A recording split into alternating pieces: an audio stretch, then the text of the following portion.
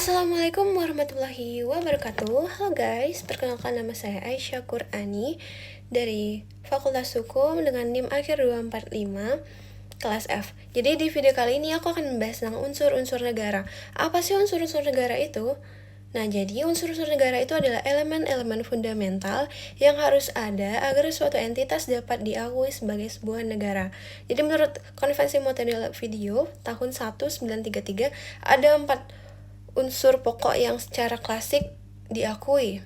Jadi yang pertama unsur-unsur konstitutif atau unsur-unsur pembentuk. Nah, unsur ini adalah unsur-unsur yang mutlak yang harus ada agar sebuah negara ini bisa berdiri. Jadi yang pertama itu ada rakyat.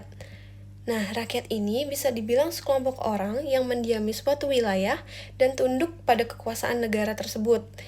Jadi, rakyat tidak hanya mencakupi warga negara, tetapi juga penduduk non-warga negara yang tinggal di wilayah tersebut.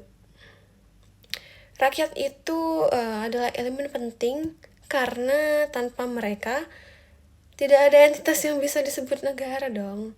Oke, yang jadi kedua ada wilayah. Nah, tahu nggak wilayah itu apa? Oke, jadi wilayah itu adalah batas geografis yang mencakup daratan, perairan, laut teritorial, dan ruang lingkup udara di atasnya.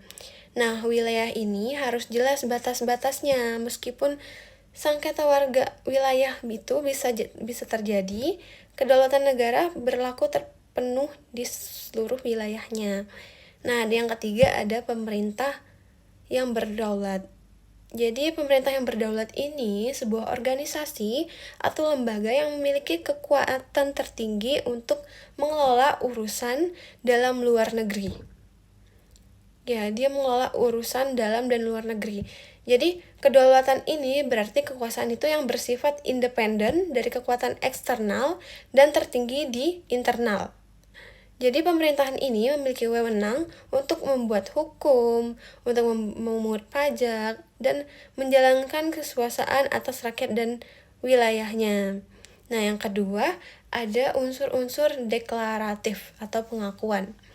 Jadi di unsur ini bersifat tidak mutlak, tapi sangat penting untuk keberadaan negara dalam hubungan internasional. Nah, yang pertama ini ada pengakuan dari negara lain. Jadi kita itu perlu pernyataan atau pertindakan dari negara-negara lain untuk mengakui keberadaan sebuah negara baru. Nah, pengakuan ini bersifat de jure atau pengakuan secara resmi, secara hukum, atau de facto, yaitu pengakuan berdasarkan kenyataan tanpa pengakuan resmi. Nah, meskipun suatu entitas bisa memiliki 3 unsur konstitutif, pengakuan internasional seringkali dibutuhkan untuk menjalani hubungan yang diplomatik.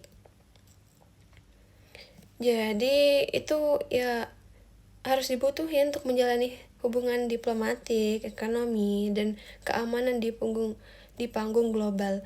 Jadi segitu dulu video dari saya. Wassalamualaikum warahmatullahi wabarakatuh.